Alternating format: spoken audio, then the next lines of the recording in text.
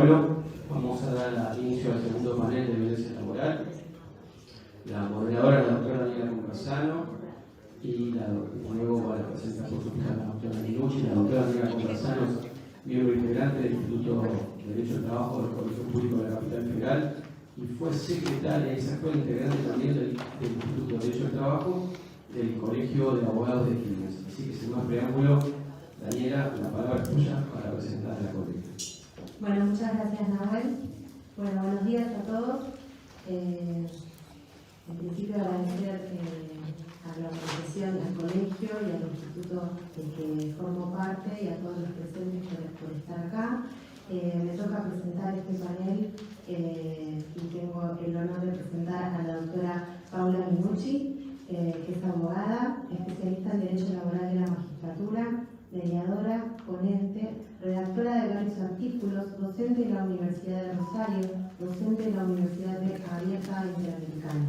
Y nos va a hablar de herramientas para la prevención y erradicación de la violencia y el acoso en el mundo del trabajo. Convenio 190 de la OIT. Gracias, doctora. Gracias a vos. Bueno, buen día a todos. Gracias por levantarse temprano para venir estar acá. No es fácil, entre medio de audiencias y demás. Bueno, un poco ayer las colegas y antecesoras estuvieron conversando y contándonos un poco cómo podemos tratar y qué aristas vamos viendo que tenemos que ir trabajando con respecto al tema de este nuevo convenio, este nuevo instrumento que tenemos, que es el 190, y que por suerte viene a ayudarnos y a darnos una especificidad técnica en esto que tiene que ver con la erradicación y la violencia en el mundo del trabajo.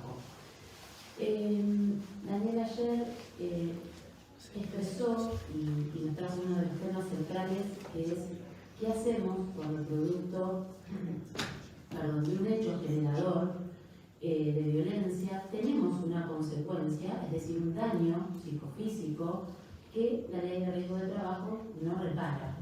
Y ahí empezamos con todo el interrogante y a pensar quienes trabajamos para cuidar a los trabajadores, cómo hacemos para defendernos y lograr un resarcimiento que tiene o nos presenta una doble problemática, que puedan seguir trabajando en ese ámbito que entendemos que como mínimo es hostil y que además debemos ayudar a que recuperen su salud.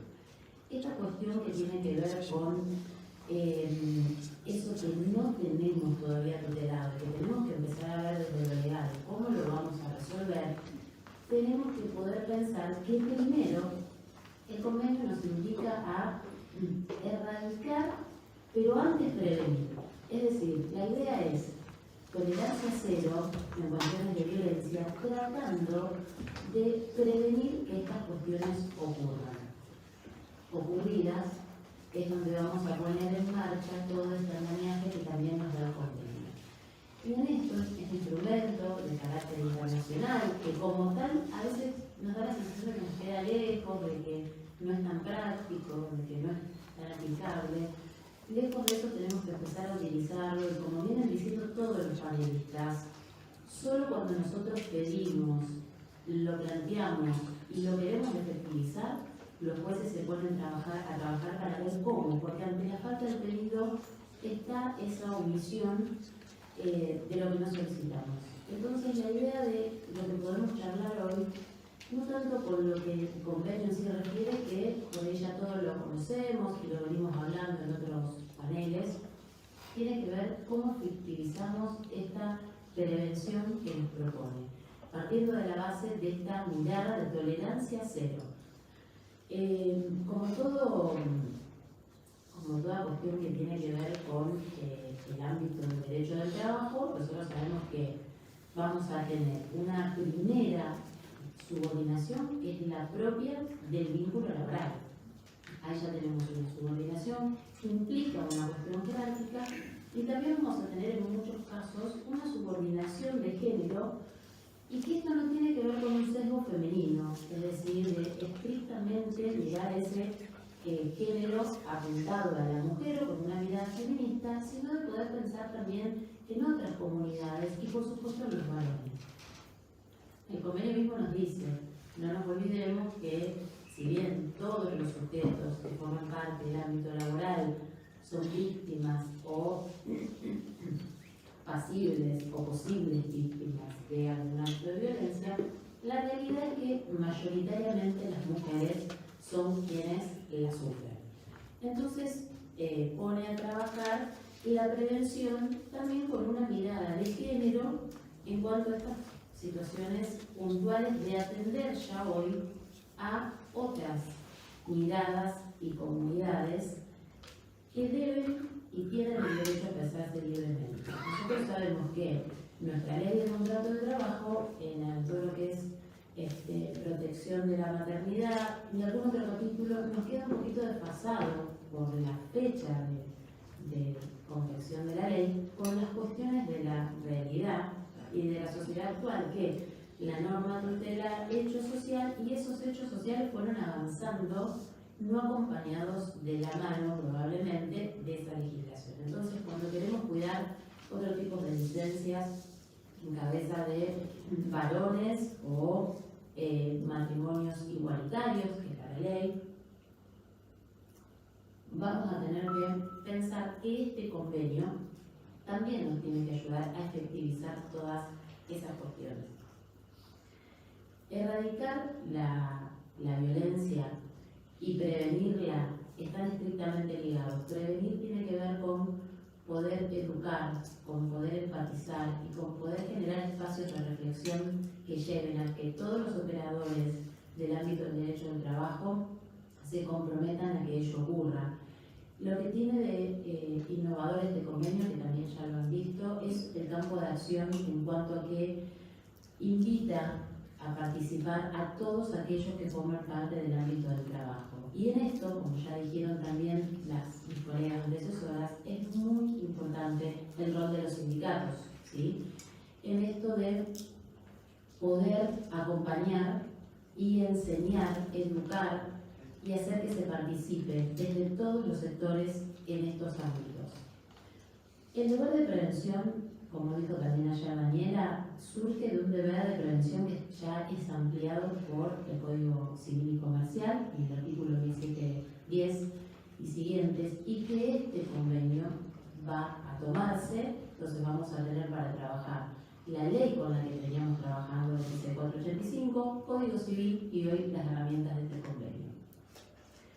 En este marco de tolerancia cero y de la ampliación de todos los sujetos, el convenio nos invita, pero siempre tenemos que tener presente que es ley y por ende implica una obligatoriedad, a que podamos trabajar para desarrollar protocolos internos en todos los ámbitos de trabajo. Esos protocolos, en esos ámbitos que el convenio nos trae, que son formal, informal, privados, públicos y con toda la amplitud que tienen, van a tener que tener una disgregación en medidas de prevención y luego medidas de erradicación y tratamiento. En esto que tiene que ver con la erradicación y la prevención puntualmente, va a sugerir que se tomen medidas en donde todos estos eslabones el derecho del trabajo y dentro de cada ámbito generen prácticas que tengan la especificidad técnica de la labor que se lleva adelante en ese lugar. Hay ámbitos de trabajo que por las características propias son más propensos a que se den situaciones de violencia que quizá en otros no tanto. Entonces, la primera cosa que hay que entender o circunstancia es, bueno, a ver, en este lugar, ¿cuáles son las posibles circunstancias, los posibles elementos o factores que pueden desencadenar en cuestiones de violencia que, como saben también, es mucho más amplio que lo que veníamos acostumbrados a tratar? ¿Más amplio en qué sentido? Está tutelada como violencia, y ya también mis compañeras lo proyectaron en el PowerPoint, aquellas actitudes o amenazas de actitudes que puedan generar un peligro para la persona. Esto puede ser violencia de tipo sexual, económica, respecto a la posibilidad de ascenso dentro del ámbito laboral,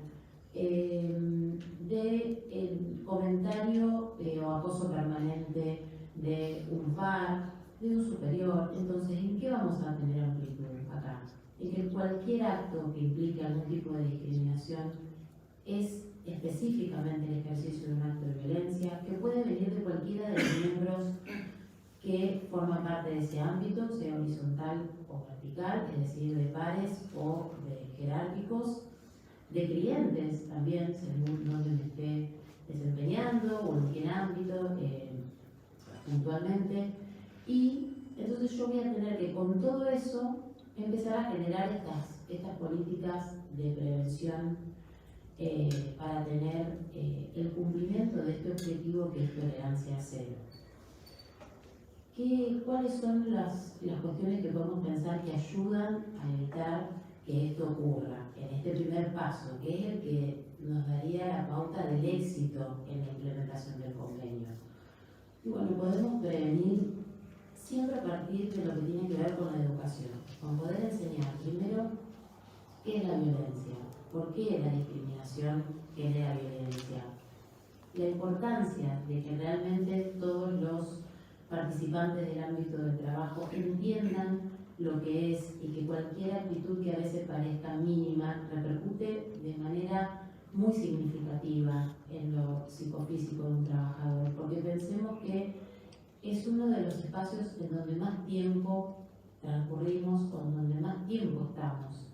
Entonces, ¿cómo vuelvo a trabajar en un lugar donde permanentemente sufro, recibo trato hostil y además con el carácter alimentario y con todo lo que implica el derecho del trabajo, en donde no puedo prescindir del trabajo o aún pudiendo hacerlo, no quisiera hacerlo porque tengo la posibilidad de desarrollar profesionalmente cualquier tipo de carrera o de profesión que yo esté realizando?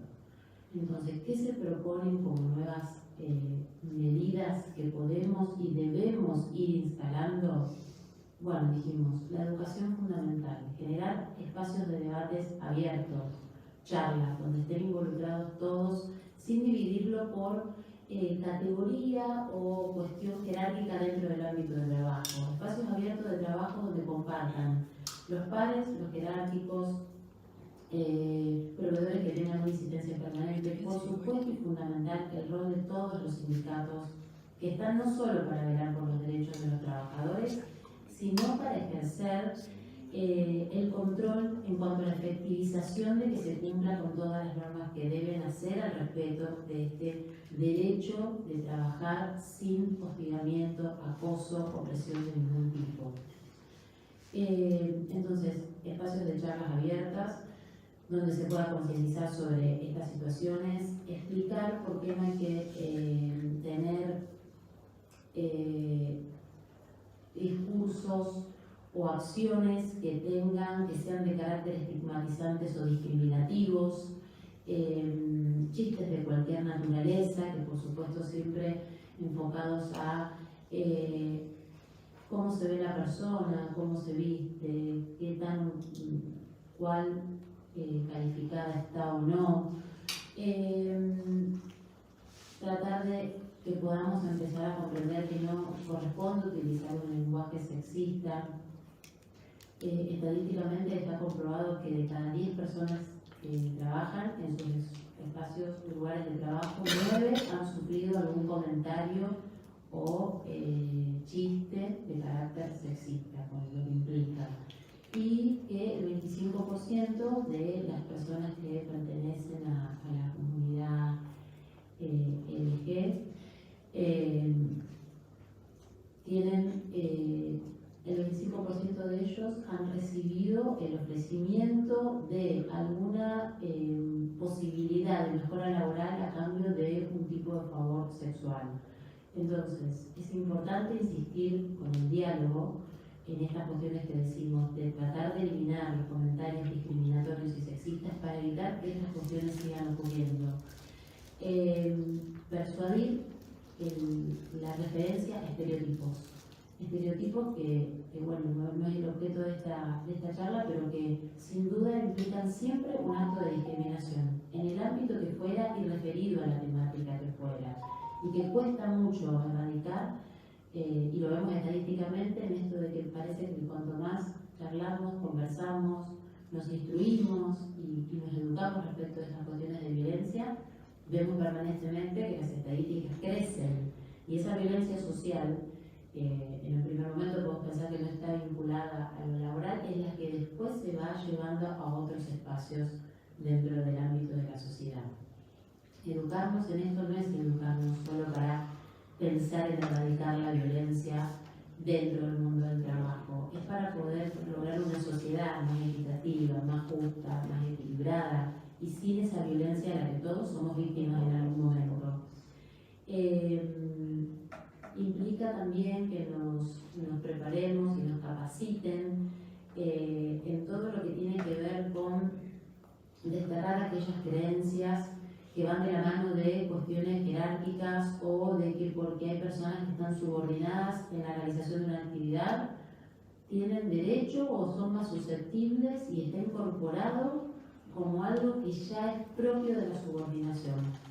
La subordinación, como ya sabemos, tiene que ver con cuestiones que no obedecen a una actitud de discriminación y de poder pensar que tengo el derecho de decirle a otro lo que quiera, cuando quiera y como quiera, solo porque es un empleado.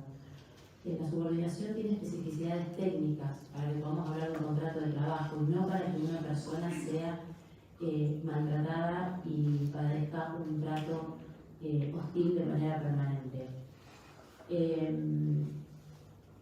Y después poder armar espacios de formación permanente que impliquen capacitaciones obligatorias continuas. Esos espacios que deben ser y debemos entender, tanto empresas, sindicatos, como los propios empleados, todos debemos trabajar para exigir que se cumpla con lo que es el convenio 190 en la implementación de protocolos que tengan varias aristas y en ellas todo lo que nos pide la ley y sobre todo y puntualmente la prevención. Si podemos prevenir, todos vamos a poder trabajar mucho más tranquilos, sin actos de discriminación y sin tener que pensar luego cómo reparamos aquello que ya ocurrió y que, por ejemplo, vimos ayer que todavía no tenemos la claridad en muchos aspectos de esa tutela. Por otro lado, si bien la violencia implica un trato discriminatorio y sabemos que ante una situación discriminatoria siempre tenemos la opción de la reinstalación, por ejemplo, el puesto de trabajo, la realidad es pensar desde lo humano y desde el derecho laboral humanitario, cómo hace una persona, más allá de que yo pueda ejercer facultades para que se reinstale si la despidieron o si se fue de su trabajo por este hostigamiento, cómo hago yo desde la práctica y desde el sentir de esa persona para que pueda volver a ese espacio de trabajo y continuar donde todo esto ya ocurrió. Pensemos que estos protocolos son obligatorios. Quienes somos abogados tenemos la obligación de transmitir a nuestros clientes, a las empresas, a los sindicatos y de difundir este elemento, este instrumento internacional que muchas veces, repito, sentimos que nos queda muy lejano y que es una ley que debe y debemos aplicar internamente. Que no tenemos margen para pensar si queremos o no, debemos. Y esto hace que debamos exigir estos protocolos. Y esos protocolos son los que deben trabajar permanentemente en la capacitación. La ley Micaela, en algún punto destinada a los espacios de trabajo público, intenta hacer eso, generar conciencia y capacitar para que todos sepamos que cuando tomamos conocimiento de una acción de esta naturaleza, tengamos herramientas para ayudar a esa persona. Bueno, acá la idea de este convenio es eduquemos a todos los trabajadores, empleadores y sindicatos para que esto no llegue a pasar. Luego, si lamentablemente ocurre, pondremos en marcha todo aquello otro que el protocolo debe incluir y que va a tener que ver con cómo reparamos, en el caso de que se pueda, el daño ocurrido. Pero la idea es invitar a que realmente aprovechemos este instituto que, como ustedes saben, convenios de la OIT tenemos un montón, muchos muy viejos, y tenemos la maravillosa oportunidad de aplicarlo habiendo sido ratificado por nuestro país en un momento donde todos ya tenemos mucha más conciencia de lo que implica la violencia y el acoso en el mundo del trabajo. No sé si me sé. ¿Sí? Bueno, gracias.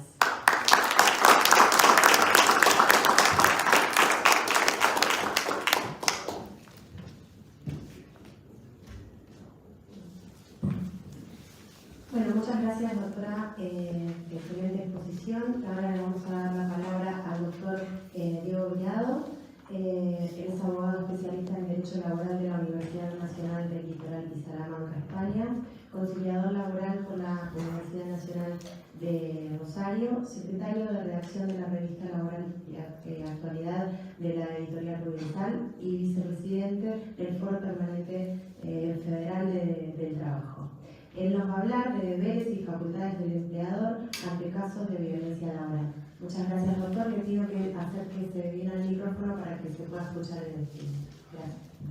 Bueno, gracias. Y fuerte para que se escuche bien el streaming. Bien, dale, gracias. Bueno, agradecer a las autoridades del colegio, a la vicepresidenta que está acá presente, Patricia Rota, al director del instituto, a Volentieri, a todo el equipo que sé que acompaña, a Antonio Llamas también, por todo el trabajo que viene haciendo hace meses, y a todo el equipo que acompaña desde el Instituto de Derecho del Trabajo. Yo vengo a hablar de una nueva incumbencia. Sé que este tema les interesa a Nahuel y a Patricia. El tema de la violencia es una nueva incumbencia profesional, que esta vez no nos pueden ser quitadas ni compartidas con ninguna otra profesión, ni contadores, ni psicólogos.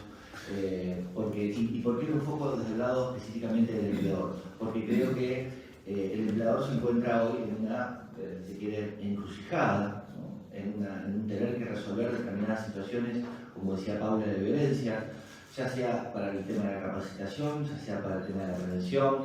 Entonces, creo que hoy está bueno centrar el estudio, centrar la comunicación de conocimientos específicamente orientados al empleador, no porque la víctima tenga que tener un segundo plano ni nada por el estilo, al contrario, ¿no? Para tener una mejor protección de la persona que es víctima de violencia, con los porcentajes, con las estadísticas que marcaba Paula, que son mayormente mujeres, y a eso también se puede segmentar respecto de edades, respecto de nivel de conocimiento, respecto de actividades, pero cualquier estadística que tomemos, cualquier corte que tomemos de la realidad, nos marca que son las mujeres principalmente, en su gran mayoría, las que son víctimas de este tipo de violencia psicológica, sexual, verbal, gestual, en la vía pública. Entonces, ¿por qué centrarnos desde nuestro punto de vista de abogados laboralistas, ¿no? Y en este caso en defensa o asesorando a una empresa? Porque la empresa va a tener que tener, por un lado, lo que es el tratamiento y el conocimiento de derecho por parte de la víctima, la protección de la víctima, ¿no? como primera medida. Después va a tener que ver cómo trata a esa persona que está señalada como victimario, como agresor, ¿no? Voy siempre a hablar con el género masculino, ¿no? De como agresor, pero bueno, puede ser también una mujer quien sea la agresora. Entonces, esa es la posición que tiene el empleador. ¿Qué hace? O sea, protege y solamente escucha a la víctima y toma medidas inmediatas sobre el victimario, olvidando los derechos que protegen a ese trabajador que hasta ese momento, antes de esa acusación, hablábamos de la preferente tutela, de la jerarquía que tenía su protección a nivel constitucional y supranacional. Entonces, por una simple denuncia, ese trabajador o esa trabajadora pierde todos esos derechos a la remuneración, derechos a su lugar de trabajo, derechos a su categoría. La respuesta es no.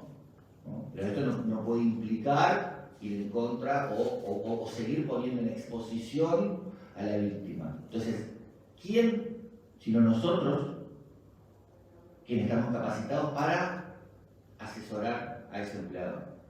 Y si se quiere, le sumo una complejidad más. En aquellas empresas que tienen el tamaño, la envergadura suficiente suficiente para tener un comité o instituciones. Me pasó de una capacitación en la Universidad de San Luis, que había específicamente una oficina de violencia. Bueno, tener eso, justamente, o sea, aparte del empleador tiene, ¿no?, una oficina, una sección, un departamento para llevar adelante esas investigaciones. También esas personas que llevan adelante esa investigación están tratando de una materia muy delicada, que es justamente la investigación y los datos que manejan, muchas veces cuestiones íntimas, ¿no? Cuando hay un acoso sexual o intercambio de fotografías, etc. Entonces, esa persona que también la pone el empleador, también el empleador va a responder sobre ese accionar, ¿no? Y va a tener que ver cómo esa persona o ese departamento se desempeña en esa búsqueda de dilucidar qué fue lo que pasó. Entonces, por eso centro el análisis desde el punto de vista del empleador, porque por esas tres ventanas abiertas que va a tener, porque esto, ¿qué va a derivar? ¿No?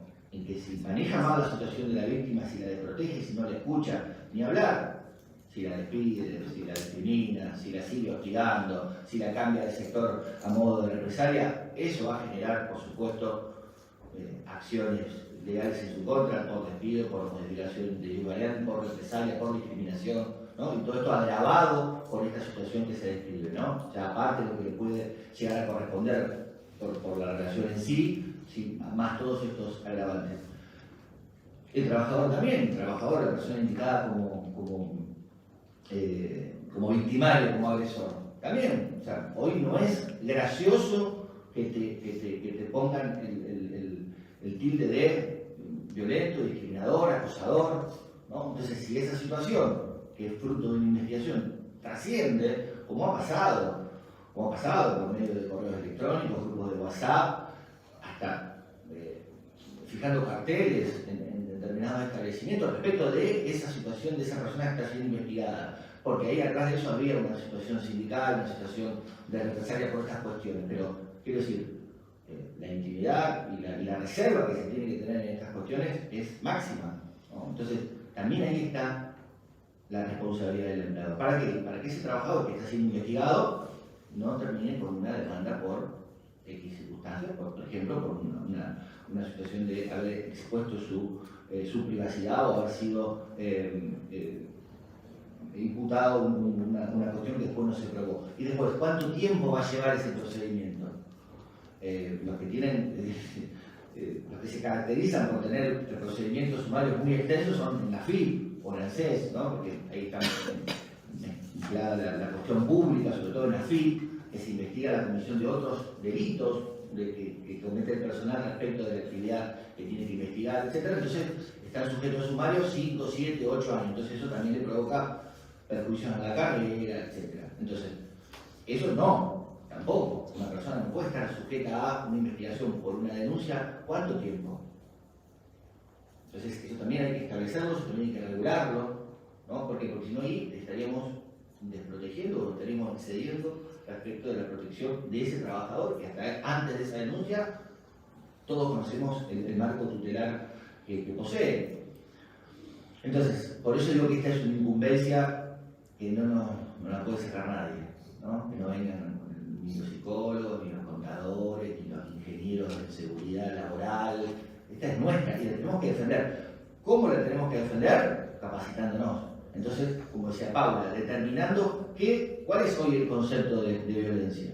Abandonar el concepto del MUI que sirvió en su momento para abrir el campo, abrir la cabeza y decir, bueno, a ver, estas situaciones son posibles de generar responsabilidad, posibles de ser evaluadas. Bueno, hoy el concepto del MUI en comparación con el concepto del CRAE 190 es restrictivo, porque el MUI habla de repetición y habla de la intencionalidad de la acción. Entonces, hoy el 190 no tiene fundamentos objetivos, contrastado el daño, si tuvo intención o no tuvo intención, no hace falta la reiteración. ¿Y esto por qué es importante? Y eso lo decían, no recuerdo quién era, creo que Daniela Fabián, que cerraba su exposición.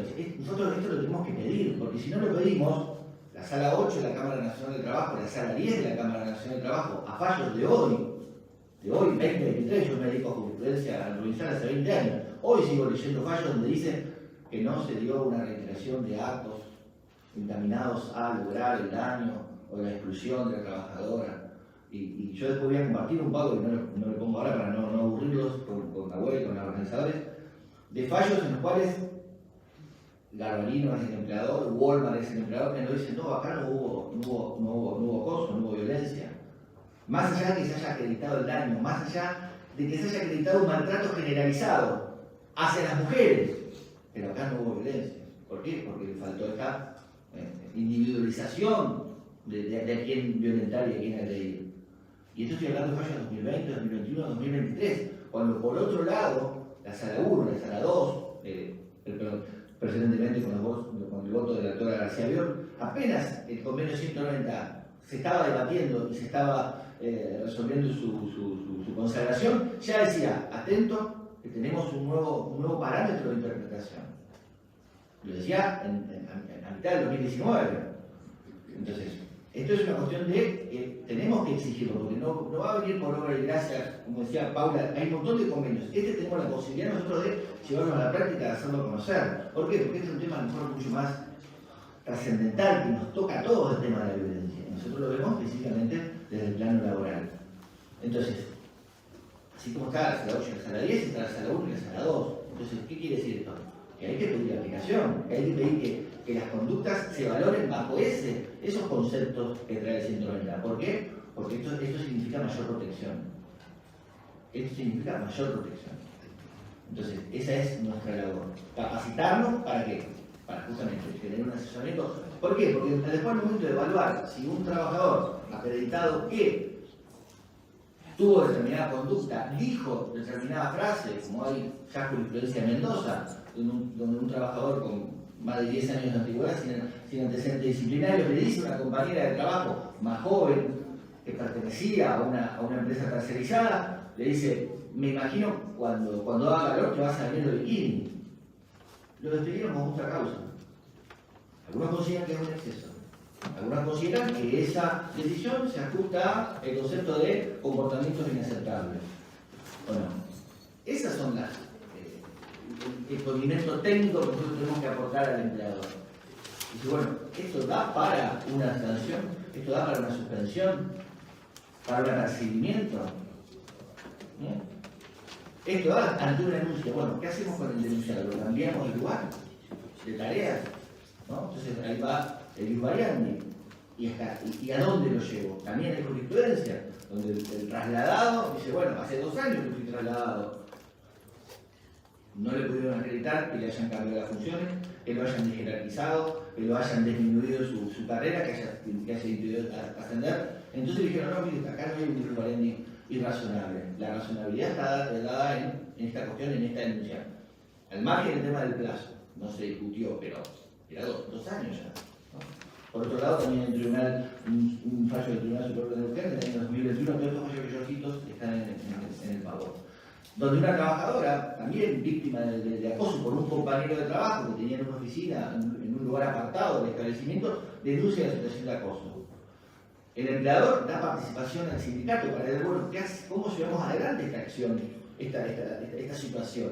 Entonces, se le da vista al sindicato y se le da se realiza una escucha activa respecto al trabajo. Dice, bueno, ¿qué necesitas? ¿Qué necesitas para vos volver, para estar bien, para no sentirte que esta situación persiste? Bueno, se le escucha en todos los sentidos, se le proponen diferentes alternativas, cambiar de lugar de trabajo, integrarse nuevamente, salir de ese espacio donde estaba raro, arriba de una azotea con una oficina de 2 personas, y bueno, volver, por encima tiene una representación sindical, volver a hablar con los compañeros, con las compañeras, insertarte de nuevo. Bueno, la negativa reiterada de la trabajadora hasta que dice, bueno, se da por despedida y pide un resarcimiento. Primera y segunda instancia le dicen, sí, está bien, merece un resarcimiento. El tribunal dice, no. ¿Por qué? Porque se hizo todo para escucharla. Entonces, eso también es un límite. O sea, la víctima tiene derecho a que se haga su voluntad a rajatabla. No, porque si tiene un acompañamiento y hay propuestas razonables, ¿no? Esto no quiere decir exigirle a la víctima nada, ¿no? Pero bueno, atención con esas situaciones irreflexivas, ¿no? Porque esto no quiere decir que siempre el hilo se va a contar por la responsabilidad del empleador. Entonces, atención, eso ahí ya del otro lado nosotros del asesoramiento. Dice, bueno, pará, a ver, te están dando estas posibilidades. Por supuesto, esto acompañado de una certificación médica que diga que la persona ya está restablecida, que ya se hizo un acompañamiento. ¿Entiendes? Esto no es obligar a la víctima a nada. Pero dadas las situaciones de reincorporación, bueno, a ver cómo hacemos, ¿no? Y por último, y esto ya para dejar planteado, para estudiarlo, para conversarlo, ¿qué hacemos con las víctimas que plantean esta situación de violencia y las ART constitucionalmente dicen esto no es violencia? ¿Por qué? Y van al listado. Y ayer, como excelentemente lo explicaba Daniel Javier, acá no hace falta que esté en el listado. Hay una consecuencia provocada por el trabajo, es responsabilidad. Pero mientras tanto, ese trabajador o esa trabajadora se va al 208, con la protección limitada que nosotros sabemos, de acuerdo a la antigüedad, de acuerdo a las cargas de familia. Entonces, una trabajadora sin carga de familia y con poca antigüedad puede tener una protección que le da la LST de 3 meses. Entonces, ¿a mí qué me sirve? Que dentro de 3 años me digan, sí, no, prevención tendría que haber, o debe responder sistémicamente, porque esto fue producto de una situación de trabajo. Si esa trabajadora perdió el trabajo. ¿Por qué? Porque se le aplicó la LST y no fue por el IDT, el periodo de discapacidad temporaria, que es más extenso y que es para todos, ¿no? Entonces, eso también tenemos que conversar. Y ahí sí tenemos el 190 que dice la modificación de la legislación para acorde a estos nuevos principios, estos nuevos conceptos.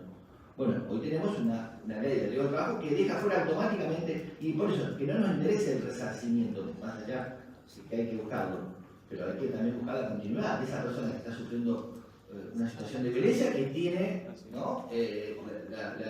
Su extinción ya marcada, porque son 3 meses, 6 meses o 12 meses. Y después el periodo de reserva y después se terminó. Entonces, de 3 años me dicen, sí, la ART debería haber respondido. Y en algunos casos hasta civilmente. Entonces, ahí es donde nosotros tenemos que, como operadores del derecho, tenemos que aportar soluciones. Porque estamos obligados a creerle a la víctima, a accionar. El Poder Judicial está obligado y hasta se le aplica sanciones cuando ante una denuncia de violencia no actúa de manera cautelar, especialmente violencia contra las mujeres. Entonces, el empleador tiene que creerle, el sistema judicial tiene que creerle y implementar las medidas protectorias, y acá el único que no se le obliga a creerle es a la ART, que todavía se puede seguir amparando en el listado y en el no goce de esa licencia temporaria. Muchas gracias.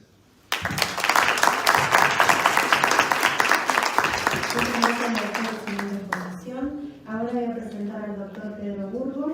Él es abogado y procurador de la Universidad Nacional de Córdoba, abogado litigante salteño, especialista en Derecho del Trabajo de la Universidad Nacional del Litoral Santa Fe, presidente y fundador de FOFETA, Foro Federal de Institutos y Comisiones de Derecho del Trabajo de los Colegios de Abogados y Procuradores de la República Argentina desde 2015 a la fecha, expresidente del Colegio de Abogados y Procuradores de Salta del 2016 al 2023 y presidente de FIDES, Fundación para el Estudio e Investigación Interdisciplinaria del Derecho Social del Trabajo.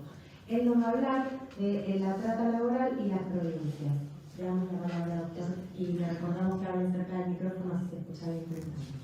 Bueno, muchas gracias. Buenos días a todos y a todas. Agradecer especialmente a Nahuel, a Patricia Trota, a Antonio, a todo el equipo, para quienes piden un aplauso, a todo el grupo organizativo de esta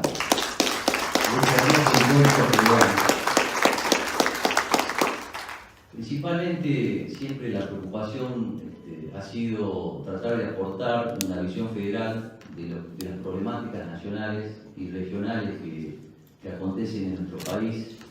En el tema de trata de personas que tienen explotación laboral, trato de ensayar una propuesta para que también las provincias sean protagonistas, más allá de que es un delito transnacional y de carácter federal. como es la trata de personas con fines de explotación laboral. Nos debemos remontar primeramente al convenio 29, 105 y el protocolo de Palermo del 2000, donde se va estructurando la defensa, la eliminación, la prevención y la erradicación del trabajo forzoso. Del protocolo de Palermo del año 2000 se ensaya la primera definición, señalando principalmente que se entenderá por trata de personas la captación, el transporte, la recepción, la acogida, también todas las maniobras utilizadas en ese ámbito para forzar la voluntad de una persona y someterla a un trabajo forzoso, situaciones de esclavitud o servidumbre, con fines de explotación, en general pueden ser sexuales y también laborales. Me voy a centrar solamente en la trata de personas con fines de explotación laboral. De ahí surge un pequeño análisis sobre ese protocolo de Palermo del año 2000, que señala como garantías y derechos de las personas, de las víctimas, en que se debe asegurar la protección de la privacidad y de la identidad de las víctimas, la tutela judicial efectiva, la asistencia jurídica, su salud, la recuperación, alojamiento, oportunidades de empleo, educación, capacitación, repatriación y en particular también la posibilidad de indemnización por daños sufridos. En un trabajo coordinado entre provincia y nación, es lo que yo interpreto a partir de la suscripción por nuestro país a ese tratado internacional, y que va a implicar no solamente la responsabilidad del Estado federal, sino también de cada una de las provincias como parte integrante de ese Estado federal. También la necesaria responsabilidad en acciones políticas, en propuestas de acciones políticas, en propuestas de acciones públicas de organizaciones no gubernamentales. Este tratado internacional también obligaba a nuestro Estado a adecuar la legislación nacional. Por lo tanto, se produce en el año 2009 y 2012 la sanción primero de la ley 26.364, que va a modificar el Código Penal 145 bis, 155 ter, y va a aplicar sanciones de reclusión o prisión como mínimo de 4 años, que se va a agravar según la situación contemplada de 8 o 12 años, y es un delito que no requiere la materialización del mismo, sino solamente la acción de transporte, de traslado, de captación, va a implicar ya la configuración de ese delito. Y este delito de captación ha sido claramente explicado en un fallo laboral de la Sala 3 de la Cámara Nacional del Trabajo, el fallo Lidera, donde trabajadores de Santiago del Estero, de una localidad de Sumampa, obviamente sin educación, sin acceso a la educación, donde se les promovían propuestas o ofertas laborales para trabajar en una gran empresa como era Lidera, con campos de explotación agrícola en Entre Ríos, eran convocados a la plaza principal, sometidos a un examen de médico preocupacional prácticamente arriba del colectivo y trasladados en breve tiempo a los campos de Sumampa, al campo de Entre Ríos, donde eran distribuidos en distintas áreas de explotación, y se empieza a configurar a través de la procuración para la trata de personas y en defensa, obviamente, eliminando y tratando de eliminar todas estas acciones, un coeficiente de abuso que también es aplicado en varios fallos de carácter federal y penal, que van a permitir concluir en una sentencia condenatoria en el ámbito penal, pero que también, siguiendo a mi querido maestro César Arese, que hace especial referencia en su libro de Tratados Humanos Laborales, hace referencia que no solamente el uso de la fuerza, el uso de la intimidación, de la coacción, son medios idóneos para generar este sometimiento a un trabajo forzoso de la persona, en los cuales se considera la amenaza y la no voluntariedad de ese trabajo desarrollado por la persona, sino que se concreta en un ámbito de una situación de vulnerabilidad, como son los trabajadores y trabajadoras, muchos de ellos del interior, como pasa en las provincias de La Rioja, con muchísimas investigaciones sobre trata de personas, en nuestra querida Salta también, Jujuy, Catamarca, sobre todo en los lugares de explotación agrícola, gastronómica, en las actividades de gastronomía, de empleo de casas particulares, donde más se dan estos casos de trata de personas con fin de explotación laboral. Pero retomando, y lo dicho por César Arese, señala cualquier modalidad. Y ahí es donde tenemos que interpretar esto como un aporte personal, ese coeficiente de abuso que ya fue señalado en varios fallos de condenas penales, donde se empieza a comparar el cumplimiento de las leyes de higiene y seguridad laboral con respecto a esos trabajadores y trabajadoras sometidos a trabajos forzosos. Y eso nos va a llevar a la conclusión, posiblemente, de que estos supuestos empleadores que tienen trabajadores registrados, al incumplir con esas pautas mínimas de legislación de higiene y seguridad, pueden convertirse en delincuentes y verdaderos tratantes de personas con fin de explotación laboral, como ya lo han señalado en los casos Lanier y Sabatini de la Justicia Federal de Entre Ríos, y que también ha sido considerado especialmente en este fallo laboral de la Sala 3 Nidera, donde se reconoce un resarcimiento a 10 trabajadores que habían sido sometidos en esas condiciones.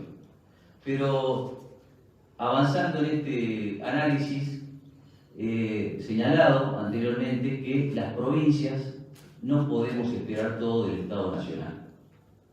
Como abogados y abogadas del interior, o abogados y abogadas de cada una de las provincias, tenemos la obligación de hacer aportes personales para que nuestra legislación provincial también se adecúe a estos parámetros internacionales en que se encuentre en juego la defensa de los derechos humanos laborales. También estoy convencido de que si alguna de las provincias no adecúa su legislación o promueve acciones políticas o públicas, puede generar también el incumplimiento por parte del Estado en general de esta suscripción a este convenio internacional, en este caso el Protocolo de Palermo. Ensayando algunas de estas consecuencias posibles por incumplimiento, podría implicar sin duda sanciones graves al Estado Nacional, por los cuales provincia y nación deben trabajar en forma conjunta a través del ejercicio de las competencias concurrentes para poder resolver la prevención y la eliminación de este tipo de delitos. También se ha señalado en algunas situaciones de que las provincias tendrían limitada su competencia. Yo soy de la idea que no, porque como ustedes saben, en nuestro sistema constitucional hay facultades excluyentes y facultades concurrentes. Creo que esta posibilidad que tienen las provincias de proponer una legislación se encuentra comprendida dentro de la constitucionalidad del ejercicio de competencias concurrentes. Y dijimos que había que asegurar en las víctimas no solamente una reparación, sino la posibilidad de su inserción laboral, de una educación, de un abordaje integral en su salud y en su grupo familiar. Y podría decirle que felizmente, a pesar del dolor que causa este tipo de delitos y la destrucción de la persona en sí, existió una respuesta de las provincias de Catamarca, de Chaco y de Salta del año 2022, que vamos a poner a disposición esta legislación, donde se promueve la inserción laboral de las víctimas de trata de personas dentro del Estado provincial, con cupos para trabajadoras que hayan sido víctimas, con la obligación de la formación y capacitación y la posibilidad también de generar vínculos más estrechos con su familia a partir de todo un trabajo conjunto de organizaciones no gubernamentales con la provincia y obviamente con la nación.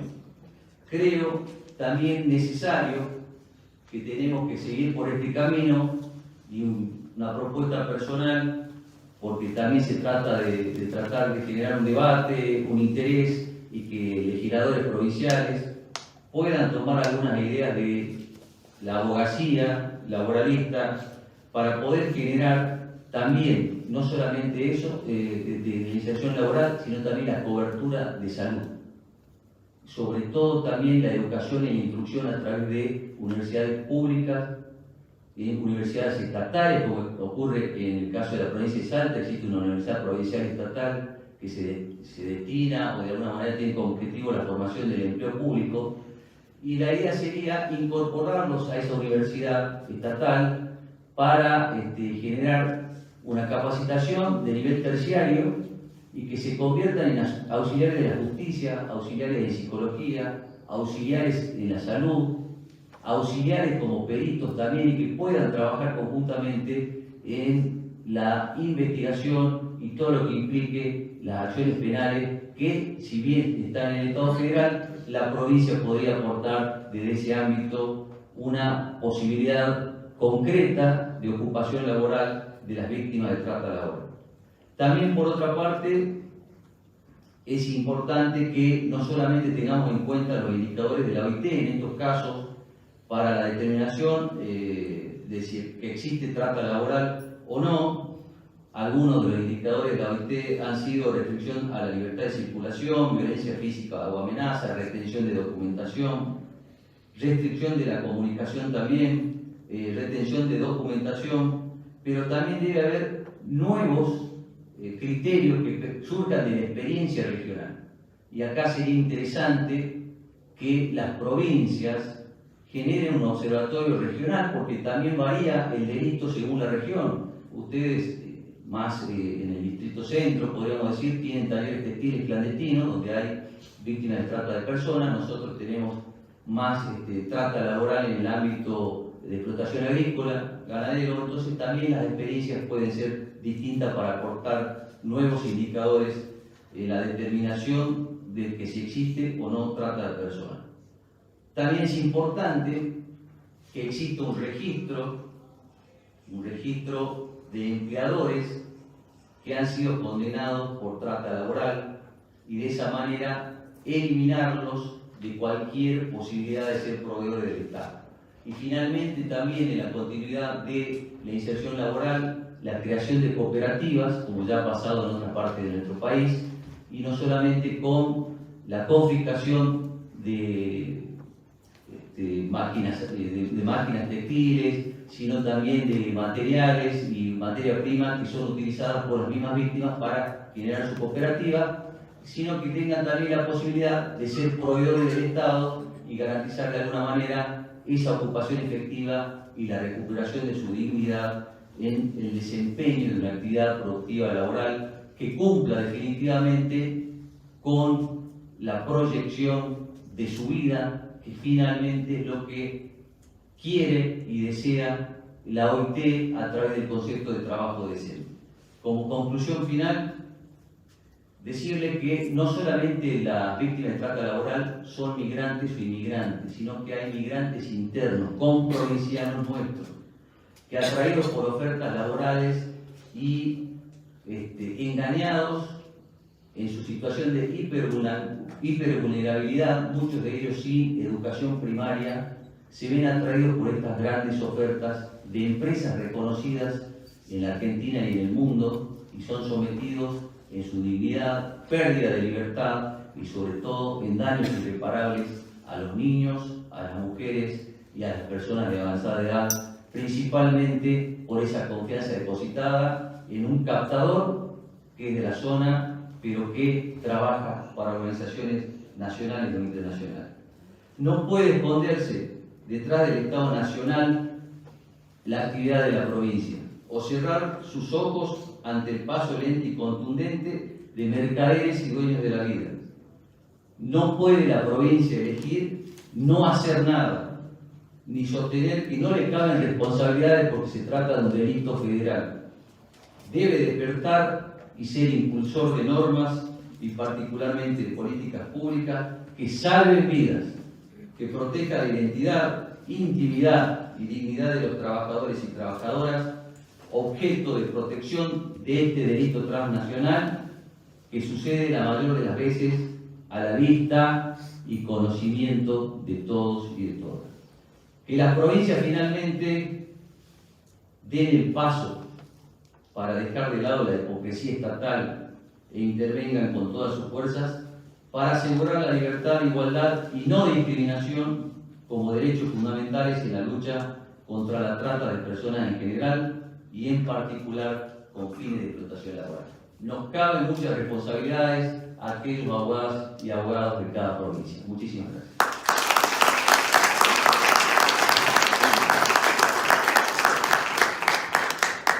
Muchas gracias, doctor. Excelentes las exposiciones de cada uno de los oradores que nos dieron una mirada muy integral para trabajar con herramientas, facultades de los empleadores y esta mirada de Pedro respecto de la tarea de los estados provinciales.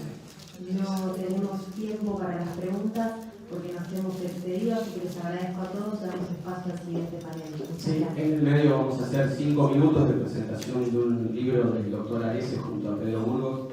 Adelante, doctor Arese, tome asiento.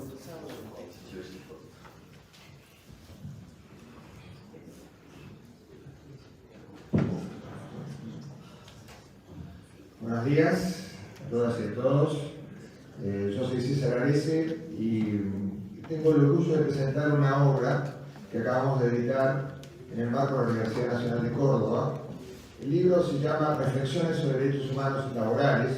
Vamos a exhibir, creo que se filma, ¿no?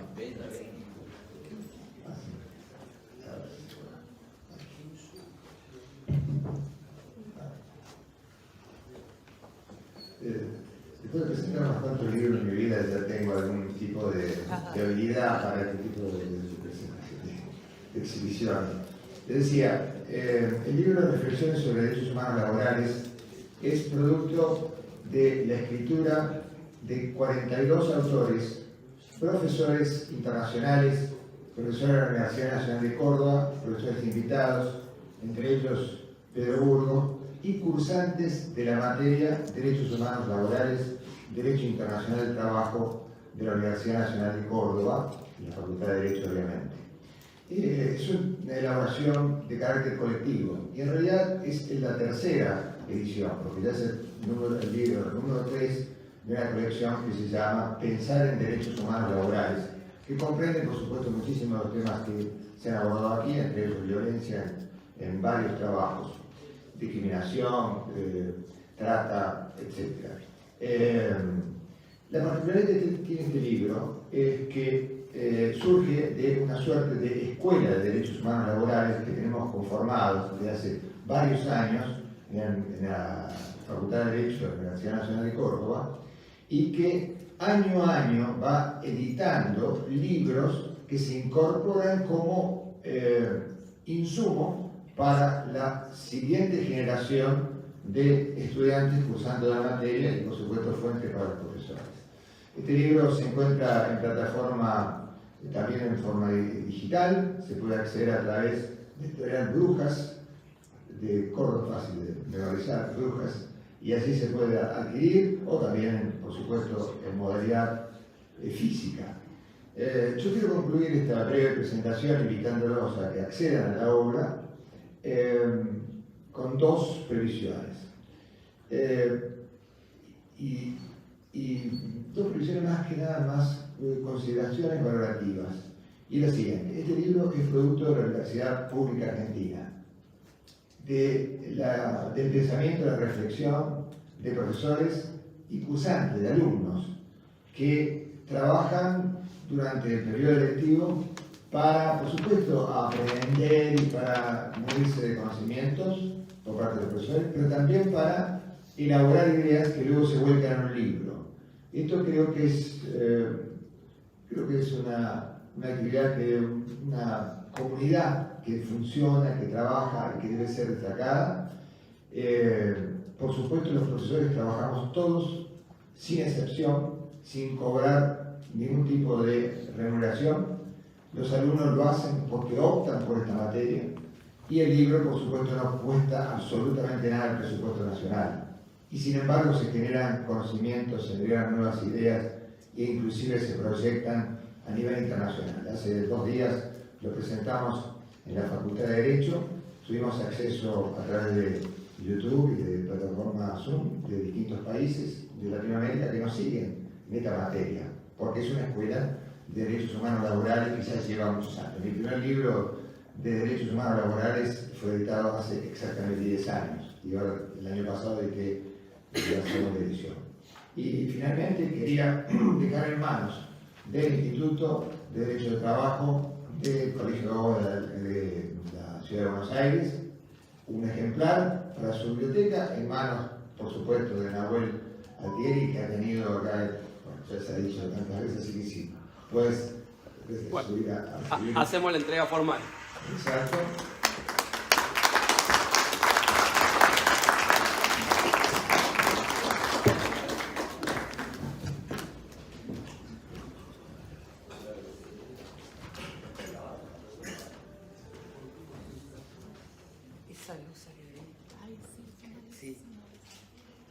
Y voy a hacer una referencia para Fefetra en este caso. Pero como Pedro es presidente, pero es coautor, no puede recibirlo y ya tiene su ejemplo. Y Tati de Marchi y a Diego Guirao son vicepresidentes, a que reciban y incorporen a la biblioteca de Fefetra un ejemplar.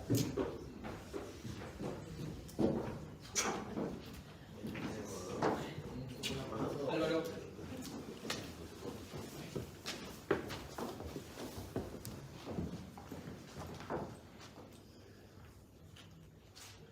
Bueno, en nombre del instituto, muchísimas gracias.